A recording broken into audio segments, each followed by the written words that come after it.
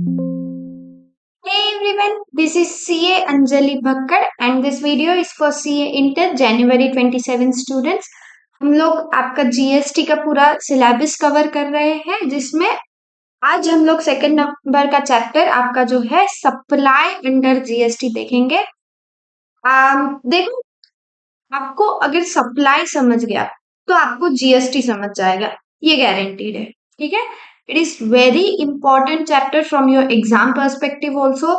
अगर supply GST समझना है तो आपको सप्लाई समझना पड़ेगा। क्यों? क्योंकि जब सप्लाई होता है तब ही जीएसटी लगता है। अगर सप्लाई ही नहीं है तो जीएसटी लगेगा ही नहीं। Okay, so make sure you आप पूरा की पूरा वीडियो लेक्चर अच्छी से देखे, सुने, समझे। रिवाइज करना है, आपको सब कुछ करना है। ठीक है, let's start our second chapter supply under GST. हाँ, एक और बात, नीचे डिस्क्रिप्शन में टेलीग्राम चैनल का लिंक है, आप वहां से ये कॉन्सेप्ट नोट्स डाउनलोड कर सकते हो, क्वेश्चन बैंक भी डाउनलोड कर सकते हो, सब कुछ फ्रीली दे रही हूँ। ठीक है, पहले तो एक रिलेवेंट डेफिनेशंस जो है वो देख लेते हैं।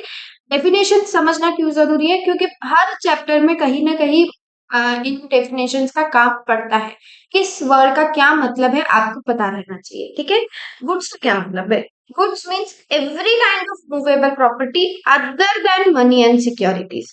मनी और सिक्योरिटीज गुड्स का पार्ट नहीं है।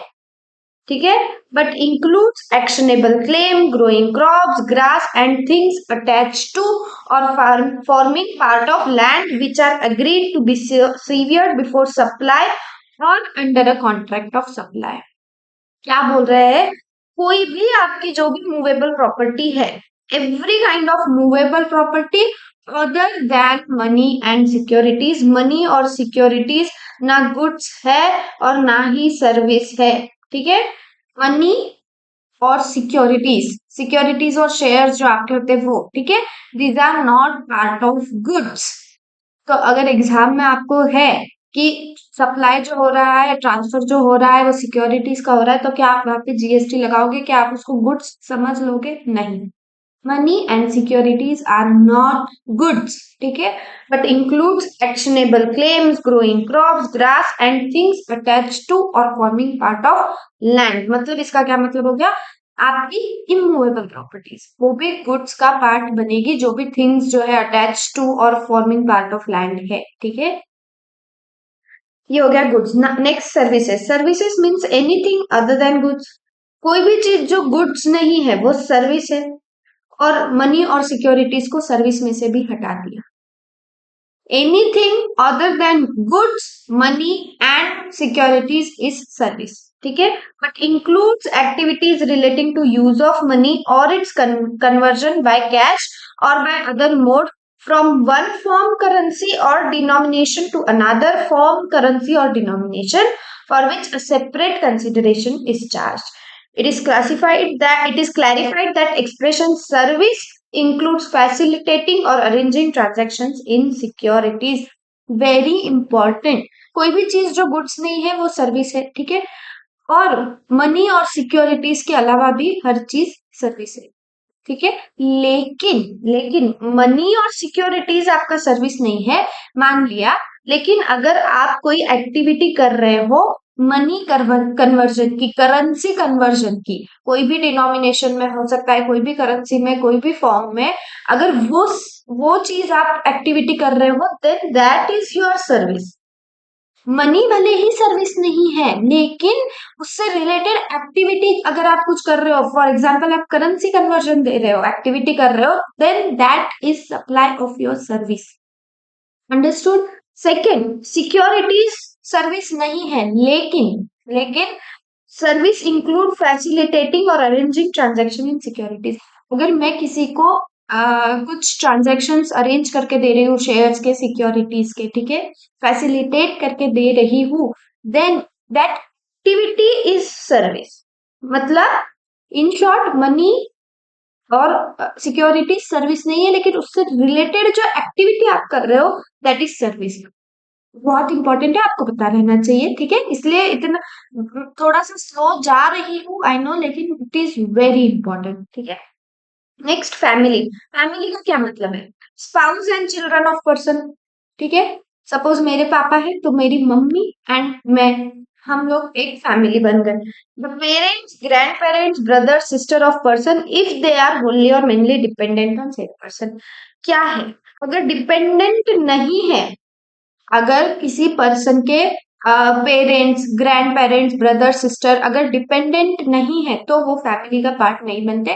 अगर डिपेंडेंट है वो उस इंसान पे तो ही वो फैमिली का पार्ट बनेंगे, अदरवाइज नॉट। और स्पाउस और चिल्ड्रन फैमिली का पार्ट है, वेदर डिपेंडेंट और नॉट, डजंट मैटर। ठीक है, आपको parents, grandparents, brother sister के टाइम पे देखना है डिपेंडेंट है या नहीं है। अगर डिपेंडेंट नहीं है तो वो फैमिली का पार्ट नहीं बनते हैं। ठीक है, this is family. Next important definition, consideration, जो हमने इसके पहले भी देखा है। कंसिडरेशन का क्या मतलब है? any payment made or to be made, whether in money or otherwise, in respect of, in response to, for the inducement of supply of goods or service or both, whether by recipient or by any person, but shall not include subsidy given by central or state government. कोई भी supply related payment करेगा या करने वाला है कौन? Recipient, या फिर रिसिपिएंट के बिहाफ पे कोई भी और पर्सन, मतलब रिसिपिएंट के एजेंट भी हो सकता है, राइट? तो any payment made or to be made, whether in money or otherwise, मतलब अगर काइंड में कर रहे हो, बार्टर एक्सचेंज है, दैट इज ऑल्सो कंसिडरेशन। ठीक है, कौन? In respect of supply, in response to supply and for the inducement of supply, ये तीन चीजें हैं। सप्लाई से रिलेटेड वो पेमेंट रहना चाहिए तो ही वो कंसिडरेशन का पार्ट बनता है। ठीक है, कौन कौन पेमेंट कर रहा है? रिसिपिएंट या उसके बिहाफ पे कोई भी पर्सन। और क्या हटाया गया है? Subsidy given by central government, state government is not your consideration. इसका क्या मतलब है? अगर कोई ट्रस्ट है, कोई ट्रस्ट ने कोई सब्सिडी दी है, क्या वो कंसिडरेशन का पार्ट बनेगी? हाँ, बनेगी। सिर्फ सेंट्रल स्टेट गवर्नमेंट की सब्सिडी हटाई गई है, वो कंसिडरेशन का पार्ट नहीं बनती है। ठीक है, first point. Second point, the monetary value of any act और फॉरबिडेंस। कुछ चीज करने के लिए या कुछ नहीं करने के लिए जो भी मॉनेटरी वैल्यू रहेगी, in respect of, in response to, for the inducement of supply, चाहे सप्लाई गुड्स का है, सर्विसेज का है, दोनों का है, by the recipient or by any person, but shall not include any subsidy given by central and state government. Subsidy given by central government, state government, दोनों जगह से हटाया गया है। कुछ करने के लिए या कुछ नहीं करने के लिए जो भी मॉनेटरी वैल्यू दी जाएगी, that is also part of your consideration. ठीक है, however, However, a deposit given in respect of supply of goods or service shall not be considered as payment made for such supply unless supplier applies such deposit as consideration for the said supply. Very important, और exam में ये point काफी बार डाल देते हैं। और deposit जो है, आप हो सकता है कंसिडरेशन का पार्ट मान लो, नहीं, डिपॉजिट इज नॉट कंसिडरेशन। क्यों? क्योंकि डिपॉजिट का मतलब ही ये है कि आप अभी के लिए ये पेमेंट कर रहे हो, और जब भी बाद में, फॉर एग्जाम्पल अगर मैं दूं, आप किसी हॉस्टल में रह रहे हो, ठीक है, तो हॉस्टल वाले, पीजी वाले आपसे क्या करते हैं? डिपॉजिट लेते हैं ज्वाइन करने से पहले। और जब भी आप छोड़ोगे उस पीजी को, उस हॉस्टल को, तो ये डिपॉजिट आपको वापस मिल जाता है, वापस मिल जाता है, correct? So that is not part of your consideration unless and until जो खुद सप्लायर है, जो खुद सप्लायर है, मतलब इधर कौन, जो जिस भी हॉस्टल में आप रह रहे हो, वो हॉस्टल का जो ओनर है, जो हॉस्टल संभाल रहा है, उसने अगर बोला कि ठीक है ये डिपॉजिट को मैं कंसिडरेशन मानता हूँ, अगर वो एज ए कंसिडरेशन उस डिपॉजिट को अप्लाई कर रहा है, then that is part of your consideration, otherwise deposit is not consideration. ठीक है, ये हो गया आपका very very very important definition. Consideration complete हो गया। ठीक है, नेक्स्ट, पर्सन। पर्सन में क्या क्या आता है? कोई भी इंडिविजुअल, एनी इंडिविजुअल, कोई एचयूएफ, ठीक है, कोई भी कंपनी, एक फर्म, एक एलएलपी, ठीक है, एसोसिएशन ऑफ पर्सन और body of individuals, whether incorporated और नॉट, इन इंडिया और आउटसाइड इंडिया, ठीक है, any corporation established by under any central, state और प्रोविंशनल एक्ट और government company as defined in section 245 of companies act. ठीक है, कोई भी अगर बॉडी कॉर्पोरेट है incorporated by under the laws of country outside India और in India, cooperative society registered under any law relating to cooperative societies. ठीक है, कोई लोकल अथॉरिटी है, कोई सेंट्रल या स्टेट गवर्नमेंट है, कोई सोसाइटी है as defined under societies registration act, कोई ट्रस्ट है या कोई आर्टिफिशियल जुरिस्डिक्शन पर्सन है, कोई भी artificial jurisdiction person not falling above, मतलब इन सब में कहीं पे भी नहीं इंक्लूड हो रहा है, ये सब पर्सन है, ये सब कुछ पर्सन का डेफिनेशन है। ठीक है, next, meaning and scope of supply, your very very important part. ठीक है, मैं आपको एक पेज में पूरा अच्छे से समझा दूंगी, आपको पूरा अच्छे से पता चल जाएगा कि सप्लाई क्या है और सप्लाई का क्या स्कोप है। ठीक है, ध्यान से सुनिए, बहुत ज्यादा इंपॉर्टेंट है। सप्लाई अगर समझ गया तो जीएसटी समझ गया, ऐसा समझ लो। ठीक है, सबसे पहले तो जो सप्लाई है उस तीन पैरामीटर्स है, ये एक, ये दो, ये तीन, ये तीन पैरामीटर्स समझने चाहिए आपको। सप्लाई शुड बी, सबसे पहले तो फॉर कंसिडरेशन, मतलब अगर कंसिडरेशन नहीं है तो वो सप्लाई नहीं है। ठीक है, second, it should be in the course और फर्दरेंस ऑफ बिजनेस, मतलब आप जो भी बिजनेस कर रहे हो उससे रिलेटेड रहना चाहिए तो ही वो सप्लाई है। एंड थर्ड, जो सप्लाई है वो गुड्स का रहेगा या सर्विस का रहेगा। ठीक है, अगर कोई कुछ अगर ऐसा है कि it is neither goods, it is neither service, then it is not supply. और ऐसी एक लिस्ट है जो हम इसी चैप्टर में आगे पढ़ने वाले हैं, जहां गवर्नमेंट ने बोला है कि ये गुड्स भी नहीं है और ये सर्विस भी नहीं है। और एक एग्जांपल तो हमने ऊपर भी देख भी लिया कि मनी और सिक्योरिटीज, ये दो चीजें ना ही गुड्स है ना ही सर्विस है। ये एग्जांपल तो हमने देख भी लिए ऊपर डेफिनेशन में। ठीक है, तो तीन पैरामीटर्स है, supply should be in the course of furtherance of business, for consideration and supply should B of goods and services. ये तीन चीजें अगर सेटिस्फाई हो रही है, और ये सब एंड है। ठीक है, अगर ये तीन चीजें सेटिस्फाई हो रही है then only it is supply, otherwise it is not supply. और अगर सप्लाई नहीं है तो जीएसटी ही नहीं है। Again, parameters of supply. Supply should be in the course or furtherance of business for consideration of goods and services. ये आपको रट लेना है, लर्न करना है, याद करना है, बाय हार्ट रहना चाहिए आपको ये। ठीक है, ये है पैरामीटर्स सप्लाई के। ठीक है, इसके बाद में हम देखेंगे कंसिडरेशन का क्या मतलब है, एक चार्ट फॉर्मेट में है जो आप पढ़ सकते हैं। ऊपर मैंने डिटेल में आपको कंसिडरेशन का डेफिनेशन बता ही दिया है। ठीक है, अब सप्लाई क्या इंक्लूड करता है। Supply include all forms of supply of goods और सर्विस और both. Supply of anything other than goods और service like money securities does not attract GST.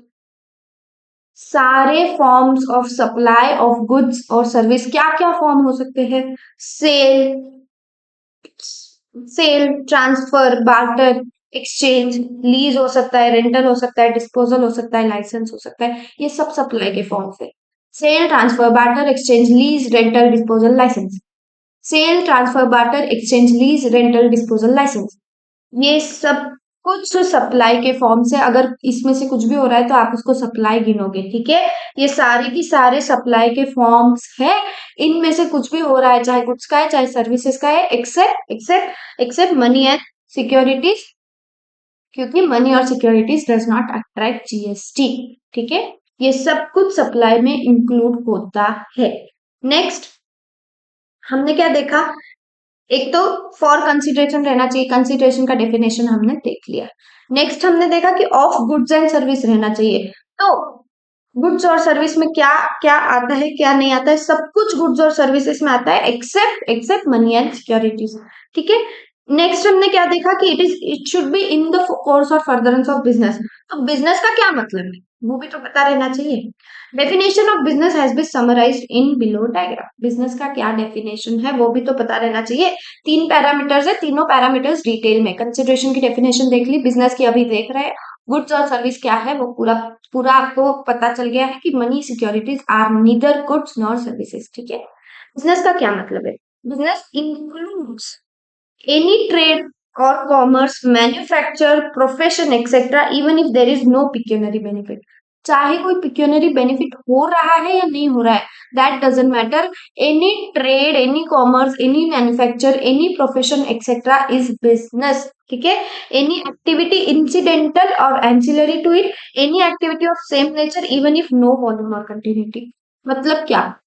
अगर सपोज मेरा कोई बिजनेस है, ठीक है, मेरा कोई प्रोफेशन है, मेरा कोई मैन्युफैक्चर है, उसमें कुछ वॉल्यूम नहीं है या कुछ एक्टिविटी मैं उसमें कर नहीं रही हूँ, बट फिर भी वो मेरा बिजनेस है। मैं ऐसा नहीं बोल सकती हूँ कि इसमें को तो कुछ वॉल्यूम ही नहीं है, इसमें तो मैं कोई एक्टिविटी कर ही नहीं रही हूँ, तो ये मेरा बिजनेस नहीं है। No, it is your part of business. ठीक है? और any activity related to, ancillary to, any activity incidental to trade, commerce, manufacture, profession is also business. ठीक है? Next, supply or acquisition of goods including capital goods and services in connection with commencement or closure of business. अगर मैं business start कर रही हूँ या मैं business बंद करने वाली हूँ, इससे रिलेटेड बिजनेस स्टार्ट करने से या बिजनेस बंद करने से रिलेटेड अगर मैं कुछ सप्लाई कर रही हूँ या कुछ एक्वायर कर रही हूँ गुड्स को, including capital goods as well as services, capital goods और सर्विस अगर ले रही हूँ तो भी it is my business. Next, provision of facilities by club और association to its members for consideration. जो क्लब्स है, क्लब मतलब आपका वो क्लब नहीं डांस वाला, जो क्लब्स होते हैं, एसोसिएशंस होते हैं, मेंबर्स वाले होते हैं, वो अगर कोई भी फैसिलिटी दे रहे हैं खुद के मेंबर्स को for consideration, it is business. ठीक है? उसके अलावा अगर admission for consideration to any premises, कोई भी प्रीमाइसेस में अगर मैं एडमिशन लेना चाहती हूँ, तो मैं अगर एडमिशन किसी को दे रही हूँ फॉर कंसिडरेशन, मैं कंसिडरेशन चार्ज कर रही हूँ, देन इट इज बिजनेस। ठीक है? Service as holder of office accepted in course और furtherance of trade or profession. मैंने मेरे ट्रेड और प्रोफेशन के कोर्स में किसी ऑफिस को होल्ड करने का एक्सेप्ट कर लिया, देन इट इज बिजनेस। ठीक है? Activity of race club including by way of totalizer or a license to bookmaker or activity of licensed bookmaker in such club। जो रेस क्लब होते हैं वो भी बिजनेस का ही पार्ट है। And any activity by government, local authority as public authorities, मतलब जो गवर्नमेंट या लोकल अथॉरिटी पब्लिक अथॉरिटी बन के जो भी काम कर रही है वो भी बिजनेस है। इतनी सारी चीजें बिजनेस में आती है, इतनी सारी चीजें। ठीक है? 3 parameters in the course of furtherance of business रहना चाहिए सप्लाई। तो बिजनेस में क्या क्या आता है वो हमने देख लिया। ठीक है? गुड्स और सर्विसेज में क्या नहीं आता है वो पता चल गया। फॉर कंसिडरेशन रहना चाहिए, कंसिडरेशन का डेफिनेशन आपको डिटेल में पढ़ा दिया। ठीक है? अब देखते हैं supply include, supply exclude. Supply क्या क्या इंक्लूड करता है? सप्लाई ऑफ गुड्स और services for consideration in the course of furtherance of business, एक पैरामीटर सप्लाई ऑफ गुड्स और services, second parameter for consideration, third parameter in the course of furtherance of business. ये आपका section number 7(1) clause A में दिया हुआ है। ठीक है? नेक्स्ट, एक्टिविटीज और transaction between a person other than individual and its members or constituents for cash, deferred payment or other value consideration। इसका क्या मतलब है? Other than individual, other than individual मतलब फॉर एग्जांपल कोई क्लब है या कोई एसोसिएशन ऑफ पर्संस है, अगर इनके इनके और इनके मेंबर्स के बीच में, इनके और इनके मेंबर्स के बीच में अगर कोई एक्टिविटी, कोई ट्रांजैक्शन हो रहे हैं फॉर कंसिडरेशन, ठीक है, चाहे वो पेमेंट डेफर्ड पेमेंट है, कैश पेमेंट है, कोई वैल्यूएबल कंसिडरेशन है, कुछ भी है, इन काइंड पे दे सकता है। अगर अदर देन इंडिविजुअल मतलब कोई कंपनी, कोई क्लब, कोई एओपी है, उनके और उनके मेंबर्स के बीच में कोई एक्टिविटी ट्रांजैक्शन हो रहे, दैट इज ऑल्सो सप्लाई। ठीक है? उसके अलावा import of service for consideration whether और not in course of furtherance of business. Exception हमने क्या देखा? 3 पैरामीटर्स है, 3 में से एक पैरामीटर क्या है आपका? कंसिडरेशन रहना जरूरी है। इधर एक्सेप्शन डाल दिया, अगर आप इंपोर्ट ऑफ सर्विस कर रहे हो वेदर और not it is in the course और फर्दरेंस ऑफ बिजनेस, अगर आप कंसिडरेशन देकर इंपोर्ट ऑफ सर्विस कर रहे हो then it is treated as supply. नीचे डिटेल में पढ़ेंगे आप शेड्यूल नंबर 1 में, ठीक है। Import of service for consideration whether और not in the course of furtherance of business is supply, ठीक है। And supply without consideration plus schedule 1, ये क्या है ये भी डिटेल में नीचे पढ़ेंगे। एक लिस्ट दी है गवर्नमेंट ने जहां बोला है कि कंसिडरेशन है चाहे नहीं है, नहीं है तो भी सप्लाई हम मान लेंगे, ऐसी एक लिस्ट दे रखी है, ठीक है। Supply activities to be treated as supply of goods और सर्विस, अरे जो भी एक्टिविटी है पैरामीटर्स के हिसाब से एक तो वो एक्टिविटी जो है एक तो सप्लाई ऑफ गुड्स मानी जाएगी या सप्लाई ऑफ सर्विस मानी जाएगी, ऐसा सेक्शन नंबर 7(1)(a) बोलता है, ठीक है। अब सप्लाई क्या एक्सक्लूड करता है, non supplies under GST plus your schedule 3। ये क्या है, नॉन सप्लाईज अंडर जीएसटी कौन से है वो तो हमें पता है, कौन से है, alcoholic liquor for your human consumption non supply है, ठीक है। प्लस योर 5 पेट्रोलियम प्रोडक्ट्स,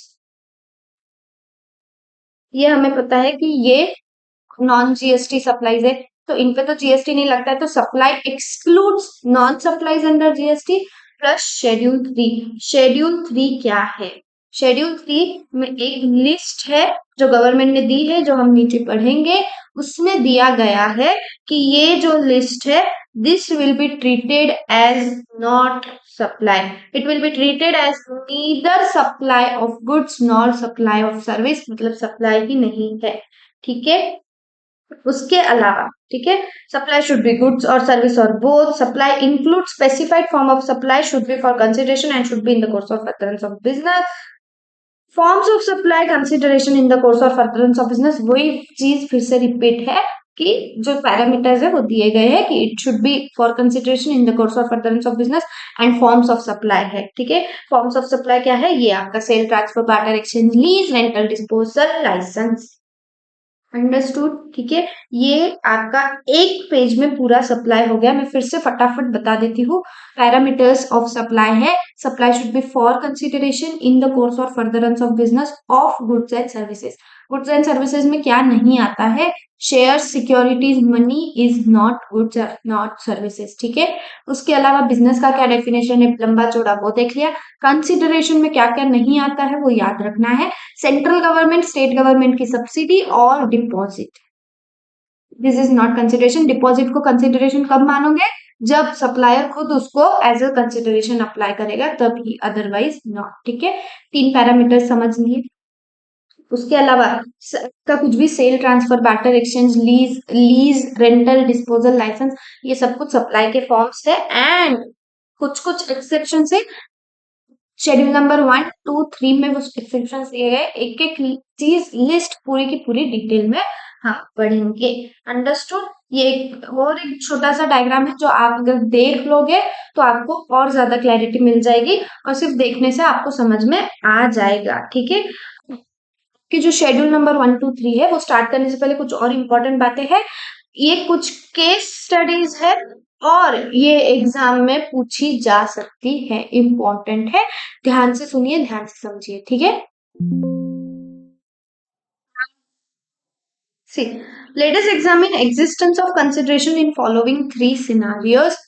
कुछ केसेस है, कुछ केस स्टडीज है, हमें पता है कंसिडरेशन रहना जरूरी है, एक्सेप्ट द एक्सेप्शंस, ठीक है, जो शेड्यूल 1 में दिए गए हैं, कंसिडरेशन रहना जरूरी है। अगर कंसिडरेशन नहीं है तो सप्लाई नहीं है। तो कुछ प्रॉब्लम्स है, कुछ केस स्टडीज है जहां आपको पता रहना चाहिए कि कंसिडरेशन है या नहीं है। देखो, पहला पढ़ते हैं, donations received by charitable institutions from individual donors without quid pro Q. Quid pro Q का क्या मतलब है, समथिंग फॉर समथिंग, मतलब अगर मैं कुछ आपको करके दे रही हूँ एक्टिविटी तो उसके बदले में आप मुझे कुछ दोगे, something for something, that is quid pro Q. तो जो चैरिटेबल इंस्टीट्यूशंस होते हैं उनको काफी लोग डोनेशंस देते हैं, ठीक है। तो अब क्या वो कंसिडरेशन का पार्ट है या नहीं, वो हमें समझना है। देखो, donations received by charitable organisations are treated as consideration only if there exists quid pro quo, that is an obligation on part of recipient of donation or gift to do anything, supply a service. ठीक, क्या मतलब है इसका? Suppose मैं, ठीक है, मैं कोई चैरिटेबल इंस्टीट्यूशन में गई, तो मैंने कुछ पैसे उधर डोनेट किए या कुछ सामान उधर डोनेट किया है या मैंने उनको कुछ गिफ्ट दिया है, ठीक है, और उसके बदले में मैं उनको जाके बोल रही हूँ कि आपको मेरी एडवर्टीजमेंट करके देनी पड़ेगी। किसी चीज के बदले में कुछ हो रहा है, मतलब वो मुझे सप्लाई ऑफ सर्विस कर रहे हैं, वो मेरी एडवर्टाइजमेंट करके देंगे मेरे पैसे मेरे गिफ्ट के बदले में, ठीक है। तो ये तो है कंसिडरेशन का पार्ट बन गया। लेकिन अगर वो चैरिटेबल इंस्टीट्यूशन को मैं कुछ डोनेशन या गिफ्ट दे रही हूँ जिसके बदले में मैं उनसे कुछ नहीं मांग रही हूँ, प्योर डोनेशन है, then that is not treated as supply. But generally institutions such as religious institutions, charitable organizations, schools, hospitals, orphanages, old age homes, etc. receive financial help or any other support in the form of donations or gifts from individual donors in order to express gratitude towards such help or support. जो recipient होता है place name plate और similar such acknowledgement in the premises. क्या बोल रहे हैं, अगर suppose मैंने बोला है कि भाई मेरा एडवर्टीजमेंट करना है और फिर उन्होंने लगाया है तो वो सप्लाई बन गया, ठीक है, वो कंसिडरेशन माना जाएगा। लेकिन काफी इंस्टीट्यूशन, सपोज मैं कहीं पे जाके कुछ गिफ्ट दी, उन्होंने वो गिफ्ट एक दरवाजे पे लगा दिया, एक दीवार पे लगा दिया, कोई मैंने सपोज फोटो फ्रेम दिया है और उन्होंने नीचे लिख दिया कि ये सीए अंजलि भक्कड़ है, इस इन्होंने दिया था।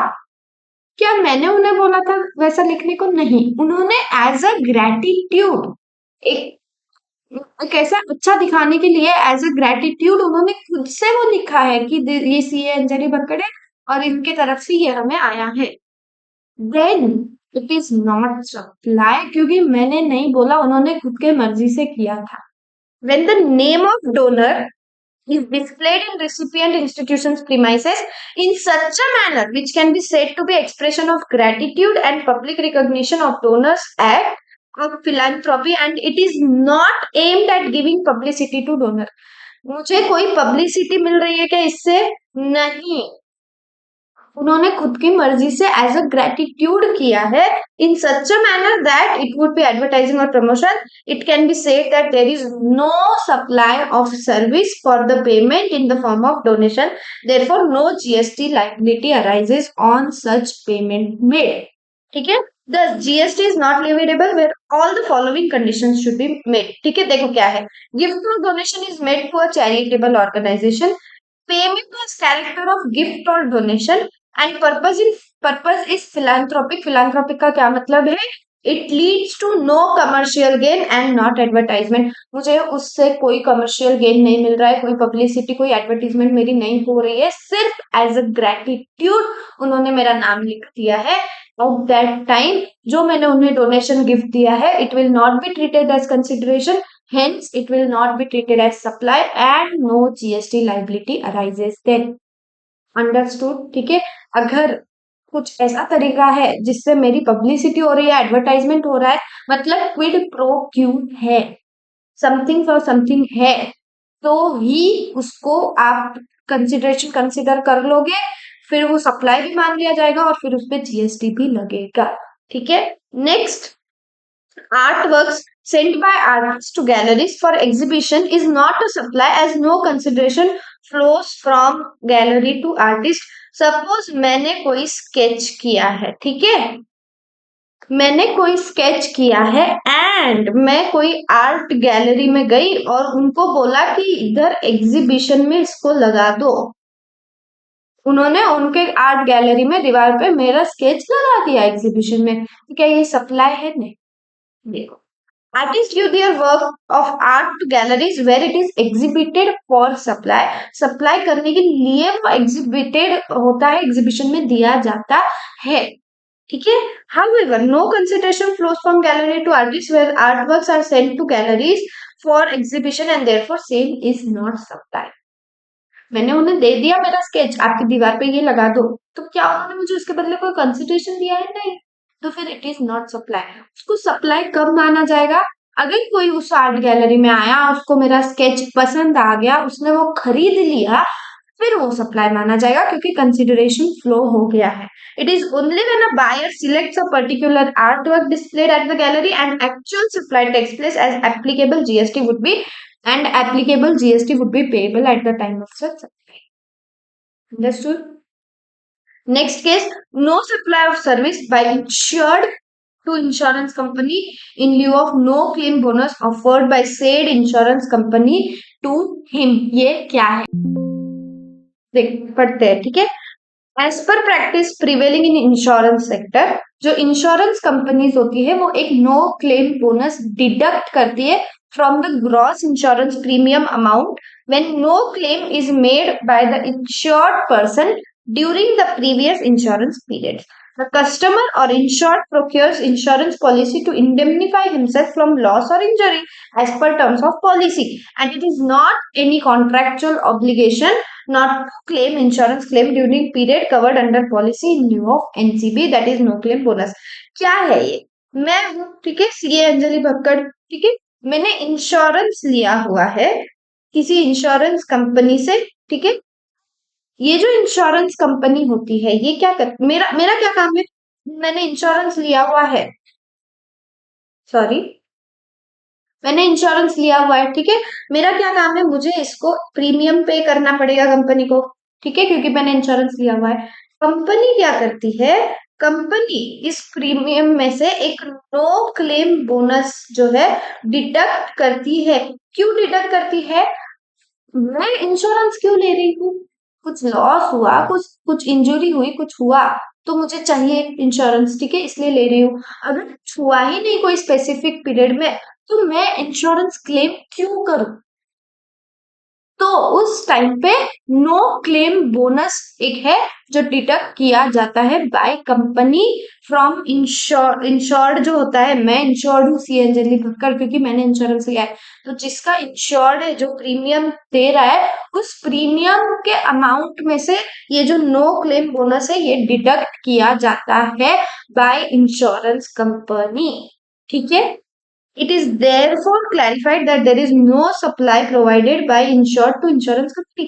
इसका मतलब वो नो क्लेम बोनस डिडक्ट कर रही है क्योंकि मुझे कोई लॉस इंजरी नहीं हुआ और मैंने कोई इंश्योरेंस क्लेम नहीं किया, इसलिए उन्होंने एनसीपी डिडक्ट किया है. इसका मतलब ये है क्या कि मैंने उन्हें कोई सप्लाई किया है? नहीं, ठीक है. From agreeing to obligation can not be considered as consideration for any supply provided by insured to the insurance company. वही बोल रहे हैं कि इसका मतलब ये नहीं है कि ये सप्लाई है या कोई कंसिडरेशन फ्लो हुआ है, नहीं, ये एक जनरल प्रैक्टिस है जहां कंपनी डिडक्ट करती है NCB. So it is not treated as supply. क्यों? क्योंकि ये कोई कंसिडरेशन नहीं है. So it is not treated as supply.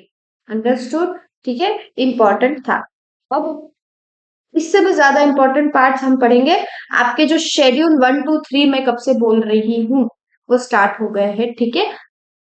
एक काम करते हैं, शेड्यूल नंबर 1 अभी देखेंगे, फिर शेड्यूल 2, 3 और उसके आगे के जो पार्ट है वो इसके अगले वीडियो में देखेंगे ताकि वीडियो बहुत ज्यादा लंबा ना हो जाए.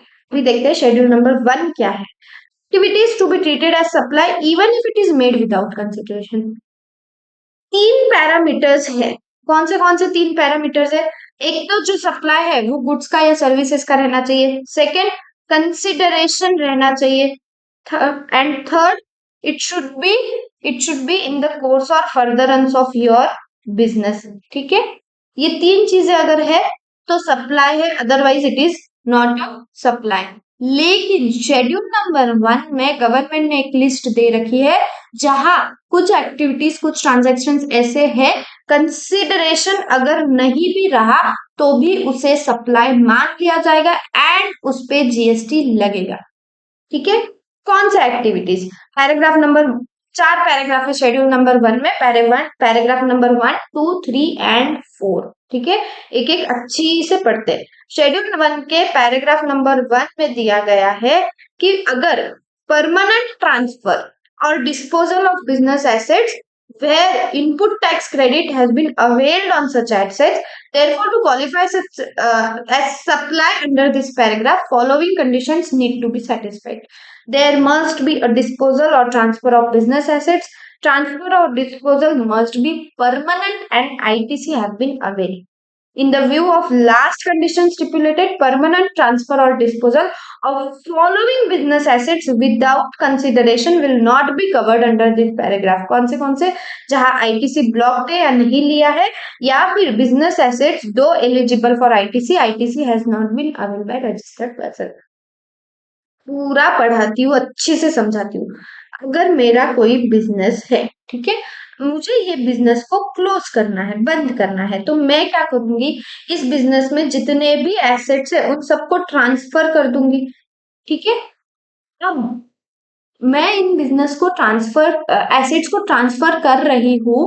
क्यों कर रही हूँ? क्योंकि मेरा बिजनेस ही बंद हो रहा है ना, तो मैं इनको परमानेंट, नॉट टेम्पररी, परमानेंटली अगर मैं मेरे बिजनेस एसेट्स ट्रांसफर कर दे रही हूँ जिनका मैंने इनपुट टैक्स क्रेडिट क्लेम कर रखा है।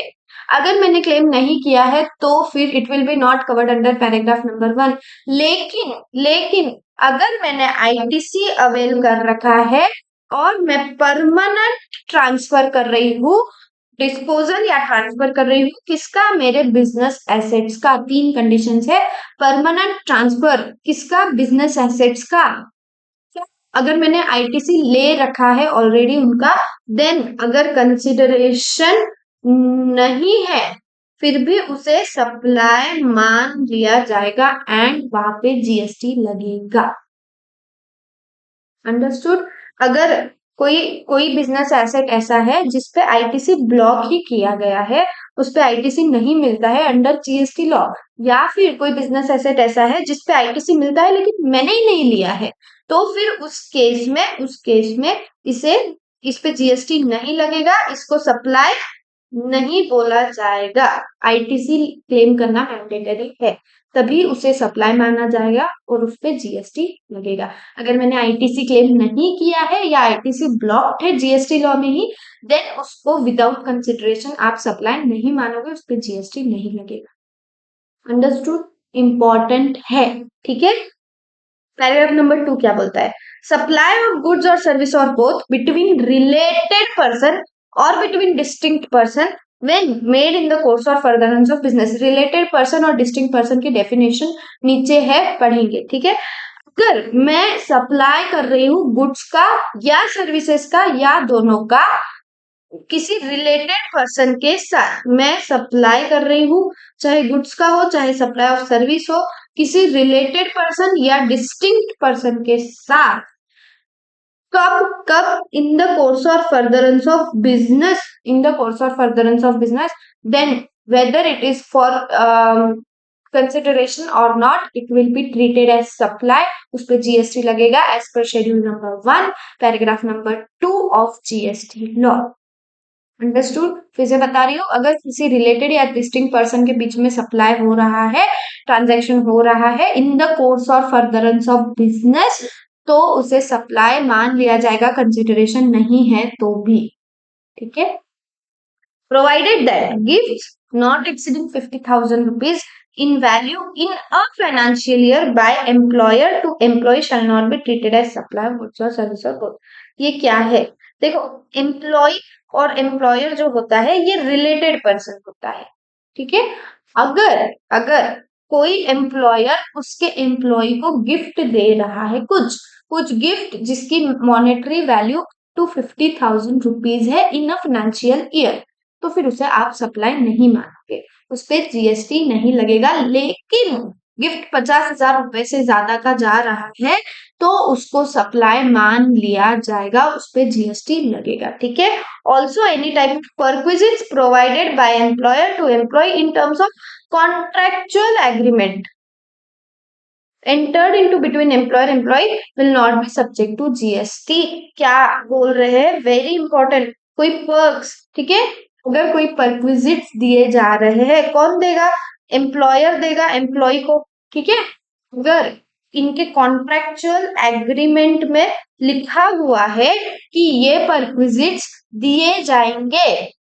अगर एग्रीमेंट के हिसाब से पर्क्स मिल रहे हैं then no GST is applicable, it is not treated as supply.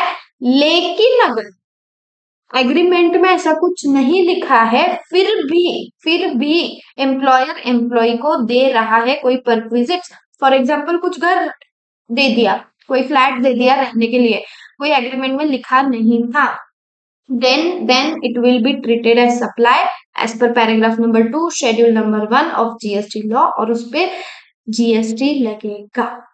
Understood? क्या बोलता है पैराग्राफ नंबर 2? अगर कोई रिलेटेड या डिस्टिंक्ट पर्सन के बीच में ट्रांसफर हो रहा है इन द कोर्स और furtherance of business even without consideration it is supply. लेकिन अगर एम्प्लॉयर एम्प्लॉय रिलेशनशिप है और एम्प्लॉयर एम्प्लॉय को 50,000 तक का गिफ्ट दे रहा है तो चलेगा, उसको हम सप्लाई नहीं मानेंगे। 50,000 से ज्यादा को सप्लाई माना जाएगा। सेकेंड, अगर एग्रीमेंट के हिसाब से परक्विजिट्स दिए जा रहे हैं चलेगा, हम उसको सप्लाई नहीं मानेंगे। लेकिन एग्रीमेंट में लिखा ही नहीं है और आप उसको दे रहे हो तो फिर हम उसको सप्लाई मान लेंगे, उस पर जीएसटी लगेगा। ठीक है। रिलेटेड पर्सन और डिस्टिंक्ट पर्सन का क्या मतलब है? देखो, अगर कोई भी पर्सन ऑफिसर या डायरेक्टर है of one another's business then they are related person. ठीक है।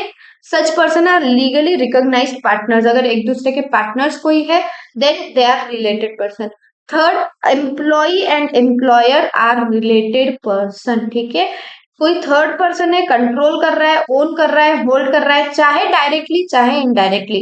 कितना कंट्रोल है, कितना ओन है, कितना होल्ड कर रहा है? Greater than or equal to 25% voting stocks और शेयर्स ऑफ। कोई थर्ड पर्सन किसी किसी के बीच में कंट्रोल कर रहा है या होल्ड कर रहा है greater than or equal to 25% voting stock or shares then they those person जो वो दोनों रहेंगे वो रिलेटेड पर्सन मान लिए जाएंगे। इधर या फिर one of them controls the other, एक दूसरे को कंट्रोल कर रहा है। सपोज ए बी जो है वो वीबी को कंट्रोल करती है, मैं अगर वीबी को कंट्रोल करती हूँ तो हम रिलेटेड पर्सन है। ठीक है। वीबी कौन है पता नहीं। A third person control directly और इनडायरेक्टली बोथ ऑफ देम। अगर सपोज मैं हूं ए बी, एक है वी बी, ठीक है, कोई एक्स वाई जेड है जो हम दोनों को कंट्रोल कर रहा है then we are related person. ठीक है। Such person together control directly directly third person. मैं और वी बी, ए बी और वी बी मिलके एक्स वाई जेड को कंट्रोल करते हैं तो भी हम रिलेटेड पर्सन मान लिए जाएंगे। Such person are members of same family, और फैमिली का डेफिनेशन हमने ऊपर देख लिया था। क्या? स्पाउस फैमिली का पार्ट है। ठीक है। चिल्ड्रन फैमिली का पार्ट है। एंड जो आपके पेरेंट्स है, ग्रैंड पेरेंट्स है और ब्रदर है, सिस्टर है, ये लोग अगर डिपेंडेंट है पर्सन पे तो ही वो फैमिली का पार्ट है, अदरवाइज नहीं। ठीक है। और अगर one of them is sole agent, sole distributor, sole concessionaire of other, अकेला बंदा, मैं हूं ए बी, ठीक है, एक है वीपी, वीबी मेरा एजेंट है और मेरे अकेली का ये एजेंट है, वो और किसी के लिए एजेंट नहीं है, मेरे अकेली का एजेंट अगर वो है then we are related person. ये हो गया आपका रिलेटेड पर्सन का डेफिनेशन। डिस्टिंक्ट पर्सन क्या होता है? It is very important, you must understand distinct person क्या होता है। देखो, the establishments of a person with separate registrations whether within same state or same union territory or in different state are considered as distinct person। क्या बोल रहे हैं? मैं हूं, ठीक है, ए बी, मेरे इस्टेब्लिशमेंट है, किधर है? महाराष्ट्र में है, गुजरात में है, मध्य प्रदेश में है। ठीक है। अब इन सब का जो जीएसटी रजिस्ट्रेशन है वो सेपरेट है, अलग अलग है, विद इन स्टेट है या अलग अलग स्टेट्स में है, सेपरेट जीएसटी रजिस्ट्रेशन है, लेकिन है तो सारे मेरे ही ना, एबी के ही है ना सारे इस्टेब्लिशमेंट। तो तीनों इस्टेब्लिशमेंट, महाराष्ट्र गुजरात एमपी, तीनों के तीनों इस्टेब्लिशमेंट एक दूसरे के डिस्टिंक्ट पर्सन माने जाएंगे। First, second case, where a person having one registered establishment in a state or union territory has another establishment in different state or union territory, not necessarily registered. These establishments are considered as establishment of distinct person. ऊपर क्या था? Separate registration रहना चाहिए तो एक दूसरे के distinct person है। नीचे क्या है, नीचे दिया है अगर मैं हूँ एबी, ठीक है, महाराष्ट्र में एक इस्टेब्लिशमेंट है और गुजरात में एक इस्टेब्लिशमेंट है, ठीक है। अब महाराष्ट्र वाला जो है वो रजिस्टर्ड है, जीएसटी में रजिस्ट्रेशन है। अगर एबी का गुजरात में भी एक इस्टेब्लिशमेंट है और ये अनरजिस्टर्ड है, इसका कोई रजिस्ट्रेशन नहीं है, still they will be treated as distinct person. कब? ये दोनों अलग अलग स्टेट में रहने चाहिए, ठीक है। Another establishment in different state, ठीक है। देखो डायग्राम है, रजिस्टर्ड हेड ऑफिस दिल्ली में है, registered branch office West Bengal में, दोनों रजिस्टर्ड है तो distinct person. Registered restaurant Maharashtra में है, अनरजिस्टर्ड लिकर शॉप उत्तराखंड में, तो भी डिस्टिंक्ट पर्सन मान लिए जाएंगे, ठीक है, एस्टेब्लिशमेंट ऑफ डिस्टिंक्ट पर्सन मान लिए जाएंगे। वाह, ये हो गया आपका पैराग्राफ नंबर 1 शेड्यूल 1 का, और पैराग्राफ नंबर 2। अब पैराग्राफ नंबर 3 देखेंगे। Supply of goods by a principal to his agent where agent undertakes to supply such goods on behalf of principal. हाँ सॉरी, पैराग्राफ नंबर 3 हम देख रहे थे। Supply of goods by a principal to his agent where the agent undertakes to supply such goods on behalf of principal, or supply of goods by an agent to his principal where agent undertakes to receive such goods on behalf of principal। क्या बोल रहे हैं? Supply है goods का, service नहीं लिखा हुआ है, ठीक है। सप्लाई ऑफ गुड्स है बाय प्रिंसिपल टू एजेंट, ठीक है। सपोज मैं हूं एबी, ठीक है, मैं कौन हूं? प्रिंसिपल। मेरा एक एजेंट है, कौन? वीबी, ठीक है। तो मैं by principal to agent where agent undertakes to supply on behalf of principal. मेरे बिहाफ पे सप्लाई कौन करेगा उस गुड्स का? एजेंट कर रहा है, वीबी कर रहा है, लेकिन मैं अगर गुड्स सप्लाई कर रही हूँ मेरे एजेंट को, वीबी को, देन या फिर second case by agent to principal, मतलब मेरा एजेंट मुझे सप्लाई कर रहा है, where agent undertakes to receive such goods on behalf of principal. Principal के बिहाफ पे एजेंट रिसीव कर रहा है या प्रिंसिपल के बिहाफ पे एजेंट सप्लाई कर रहा है गुड्स का, then at that time it is whether और not it is for consideration, consideration नहीं है तो भी हम इसे सप्लाई मान लेंगे under paragraph number 3 schedule number 1। Only supply of goods and not supply of service is covered here, ठीक है। Thus supply of service between principal and agent and vice versa would require consideration to be present, तो ही उसे supply मानेंगे, ठीक है। To determine whether a particular principal-agent relationship falls within the ambit of para 3, the deciding factor is whether invoice on behalf of principal is issued by agent or not.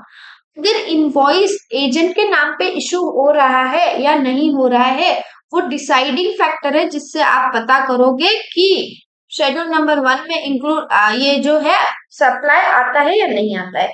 where invoice for further supply is being issued by agent in his own name, then any provision of goods from principal to agent would fall within the ambit of paragraph number 3 above, ठीक है।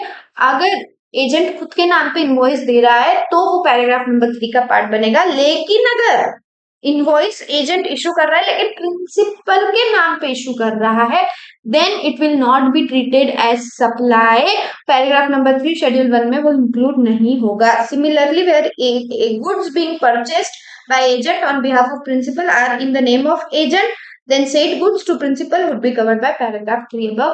Supply हो रहा है या receipt हो रहा है, ठीक है, सप्लाई ऑफ गुड्स हो रहा है या रिसीट ऑफ गुड्स हो रहा है, जो भी है, प्रिंसिपल के नाम पे इनवॉइस इशू हो रहा है, तो it is not covered in paragraph number 3 schedule 1। लेकिन अगर एजेंट खुद के नाम पे इनवॉइस दे रहा है, then it will be part of paragraph number 3 schedule 1 without consideration रहा तो भी सप्लाई मान लिया जाएगा एंड जीएसटी लगेगा।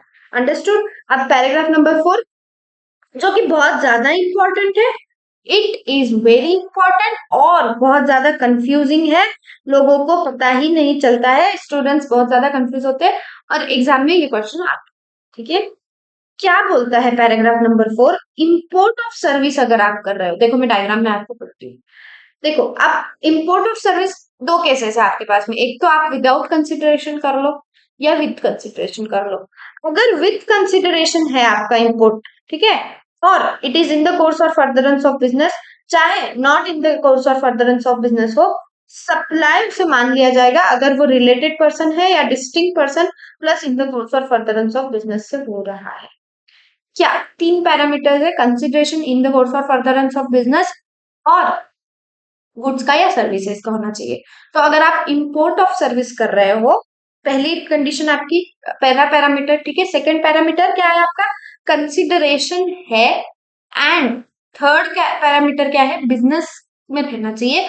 लेकिन यहाँ लिखा है कि it is not in the course और फर्दरेंस ऑफ बिजनेस, लेकिन भले ही कंसिडरेशन है, it is not in the course और फर्दरेंस ऑफ बिजनेस, लेकिन अगर आप किसी रिलेटेड पर्सन या आपके डिस्टिंक्ट पर्सन से ले रहे हैं इन द कोर्स और फर्दरेंस ऑफ बिजनेस, तो उसे सप्लाई मान लिया जाएगा। बाकी अदर केसेस में it is not a supply, ठीक है। इसको अच्छी से अपन पूरा मैं आपको क्लियरली समझा। देखो, इंपोर्ट ऑफ सर्विस कंसिडरेशन के बिना भी सप्लाई माना जाएगा या नहीं, स्टेप्स लिख कर लाई हो आपके लिए कुछ। देखो, स्टेप नंबर 1 आपका है, check whether it is import of service or not. Service आप रिसीव कर रहे हो, ठीक है, जो आपका सप्लायर है वो आउटसाइड इंडिया लोकेटेड है क्या। अगर वो आउटसाइड इंडिया लोकेटेड ही नहीं है then it is not import, ठीक है। और और अगर इम्पोर्ट ही नहीं है तो फिर सवाल खत्म हो गया, ठीक है। लेकिन सप्लायर आपका आउटसाइड इंडिया है and place of supply India में है क्या, मतलब इंपोर्ट ऑफ सर्विस बाहर से इंडिया में हो रही है क्या। अगर नहीं तो इट इज नॉट इम्पोर्ट, अगर yes then it is import of service. अगर एक बार आपको पता चल गया कि ये इंपोर्ट ऑफ सर्विस है, तो स्टेप 2 आपका आता है पता चलने के लिए कि ये इंपोर्ट ऑफ सर्विस सप्लाई है या नहीं है। उसके लिए क्या देखोगे, कंसिडरेशन प्रेजेंट है या नहीं है। अगर कंसिडरेशन प्रेजेंट है तो it is supply, topic close. लेकिन अगर कंसिडरेशन प्रेजेंट नहीं है तो उस टाइम पे आप शेड्यूल नंबर 1 पे जाओगे, ठीक है। शेड्यूल नंबर 1 टेस्ट क्या है, अगर कंसिडरेशन नहीं है तो आपका जो सप्लायर है रिलेटेड या डिस्टिंक्ट पर्सन है क्या, वो हमें देखना है शेड्यूल 1 के हिसाब से। अगर सप्लायर कोई रिलेटेड पर्सन या डिस्टिंक्ट पर्सन नहीं है तो it is not a supply. लेकिन अगर सप्लायर रिलेटेड या डिस्टिंक्ट पर्सन है इंपोर्ट ऑफ सर्विस के केस में, तो फिर आपको क्या चेक करना है कि इन द कोर्स और फर्दरेंस ऑफ बिजनेस है क्या, इन द कोर्स और फर्दरेंस ऑफ बिजनेस है क्या। अगर इन द कोर्स और फर्दरेंस ऑफ बिजनेस नहीं है तो again it is not a supply. लेकिन अगर इन द कोर्स और फर्दरेंस ऑफ बिजनेस है तो ये डीम्ड सप्लाई मान लिया जाएगा as per schedule number 1 paragraph number 4। देखो मैं फिर से पूरा बताती हूँ, सर्विस अगर आप इंडिया के बाहर से सप्लायर है और इंडिया में सर्विस ली जा रही है, it will be treated as import of service, ठीक है। अब देखना है कंसिडरेशन प्रेजेंट है क्या। अगर कंसिडरेशन प्रेजेंट है तो it is supply, topic close. अगर कंसिडरेशन प्रेजेंट नहीं है तो आपको schedule number 1 paragraph number 4 check करना पड़ेगा, जहां अगर कंसिडरेशन नहीं है तो आपका जो सप्लायर है जहां से आप इंपोर्ट ले रहे हो वो रिलेटेड या डिस्टिंक्ट पर्सन है क्या। अगर वो रिलेटेड या डिस्टिंक्ट पर्सन नहीं है तो it is not a supply. लेकिन अगर वो रिलेटेड या डिस्टिंक्ट पर्सन है आपका, तो आपको ये देखना है कि आप जो इंपोर्ट ऑफ सर्विस कर रहे हो in the course of furtherance of business है क्या। अगर नहीं तो नॉट अ सप्लाई, अगर yes then it is deemed supply as per paragraph number 4 schedule number 1 of GST law. Understood, ठीक है। मैं बोल रही हूँ ये आप जहां भी आपके नोट्स बनाते हो ये लिख लो, इसका स्क्रीनशॉट ले लो और ये लिख के रखना, ठीक है। ये हो गया आपका इंपोर्ट ऑफ सर्विस वाला पार्ट, डेफिनेशन हमने ये देख ली है।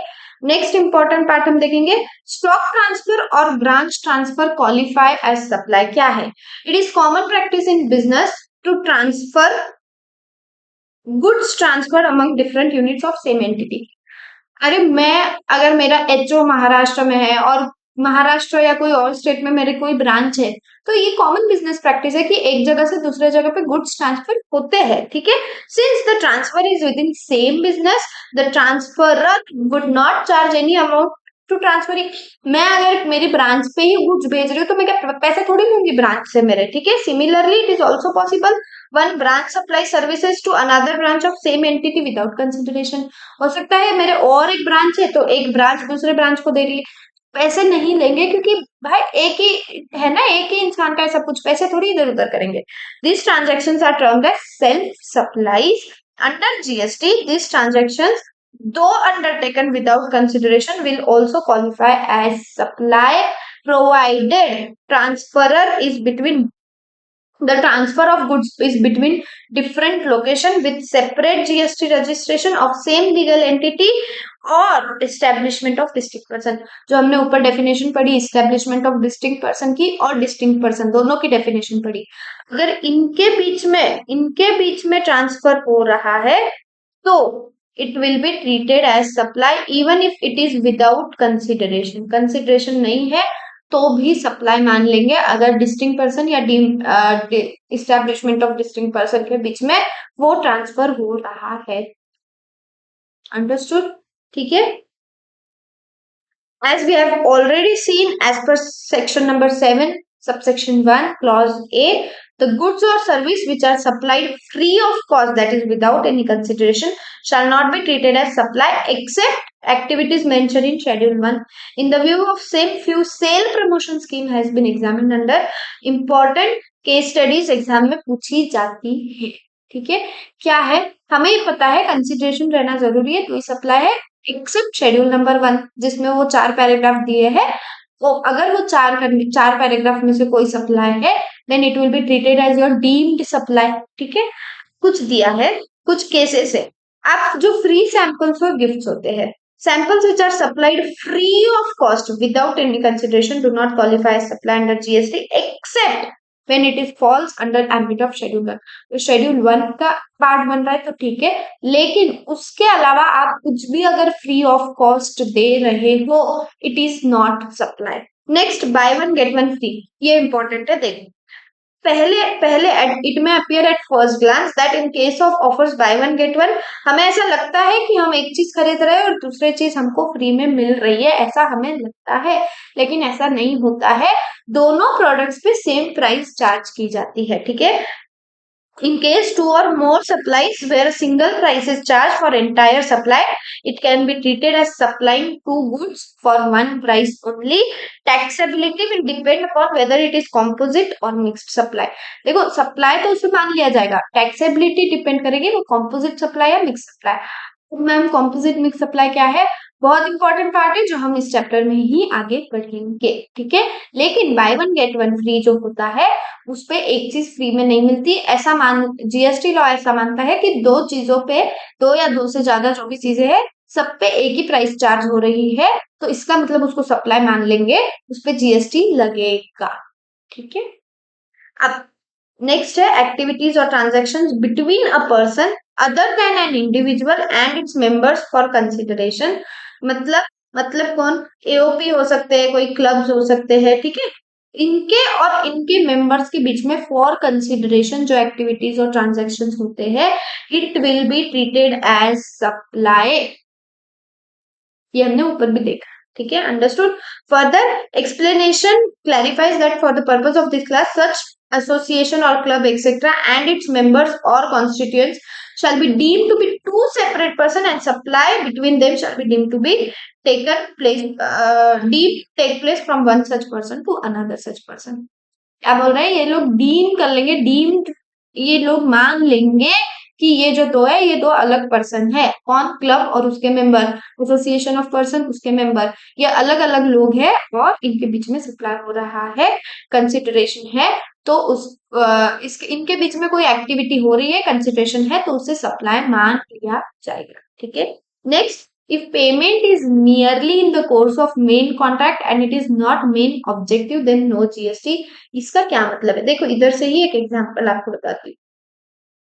अगर आपका जो चेक डिसऑनर होता है, मैंने कोई चेक बैंक में दिया, मेरा चेक डिसऑनर हो गया, बाउंस हो गया, तो तो बैंक क्या करती है, कोई फाइन या कोई पेनाल्टी मुझसे लेंगी, ठीक है, कोई फाइन या पेनाल्टी बैंक मुझसे लेगी, क्योंकि लेगी ना, मेरा चेक अगर डिसऑनर हो रहा है तो बैंक मुझसे पेनाल्टी लेती है।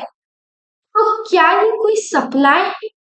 नहीं, it is not taxable. It is no express or implied, because there is no express or implied agreement. It is not taxable. It is not treated as supply. उस पे जीएसटी नहीं लगता है। क्यों? क्योंकि जो पेमेंट लिया है वो main contract, it is not main objective, it is merely in the event of main contract. Main contract क्या था? चेक देना, ठीक है।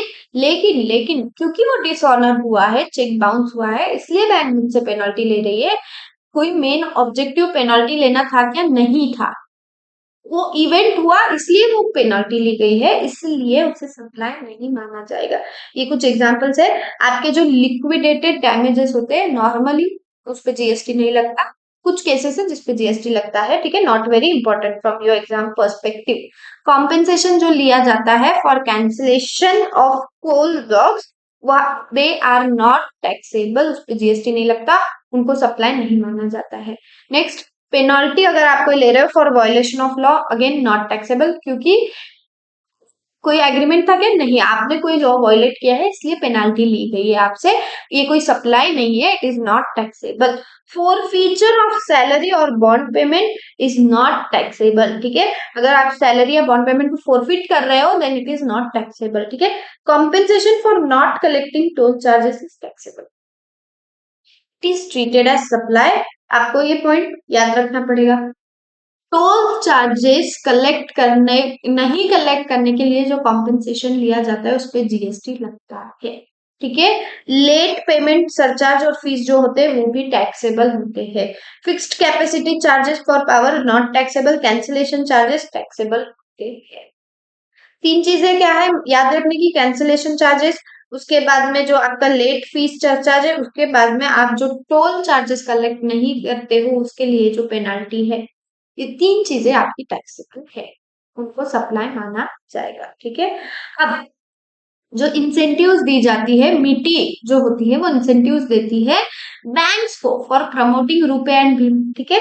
Incentives paid by ministry of electronics and IT, जिसको मिटी भी बोलते हैं, to acquiring bank for promoting digital payment, जो रुपये और भीम होता है, दे आर नॉट टैक्सेबल। क्यों? क्योंकि it is treated as subsidy, और हमने देखा था कि सब्सिडी कंसिडरेशन का पार्ट नहीं बनती, कंसिडरेशन नहीं है तो सप्लाई नहीं है, और सप्लाई नहीं है तो जीएसटी भी नहीं है, ठीक है। Taxability of holding company share capital in it subsidiary, it is not taxable, क्योंकि shares and securities are neither goods nor services, ठीक है। अभी पता चला डेफिनेशन का इंपॉर्टेंस कितना है। Settlement of claim by insurance company salvage value of damage vehicle, क्या है ये? Deduction of salvage value from settlement अगर हो रहा है, रीजन क्या हो सकता है? Claim is settled after deducting salvage value, ownership with in person insured and salvage does not become properly property of insurance company. Deduction of salvage value is not a supply. No GST is payable by insurance company. जो insurance company आपके vehicle पे salvage value deduct करती है, it is not treated as supply. लेकिन अगर वो insurance company cell कर रही है सैल्वेज का, then it will be treated as supply, उस पर जीएसटी लगेगा। Deduction of salvage value not a supply, sale of salvage value is supply, ठीक है। अंडरस्टूड? अब ये हो गया आपका schedule number 1 complete. Schedule number 2 और 3 और उसके आगे जो कंपोजिट मिक्स सप्लाई वाले पार्ट है वो हम इसके अगले लेक्चर में देखते हैं, कि वीडियो बहुत ज्यादा लंबा ना हो जाए। ऑलरेडी आपका लेक्चर 1 घंटे का हो गया है, ठीक है। मिलते हैं अगले लेक्चर में। कुछ डाउट्स है तो पूछिए। Make sure you like the video and subscribe the channel, ताकि सारे लेक्चर्स आप तक पहुंच सके। मैं सारे चैप्टर के क्वेश्चन बैंक सब कुछ कवर करवा रही हूँ, okay. Thank you so much, bye bye.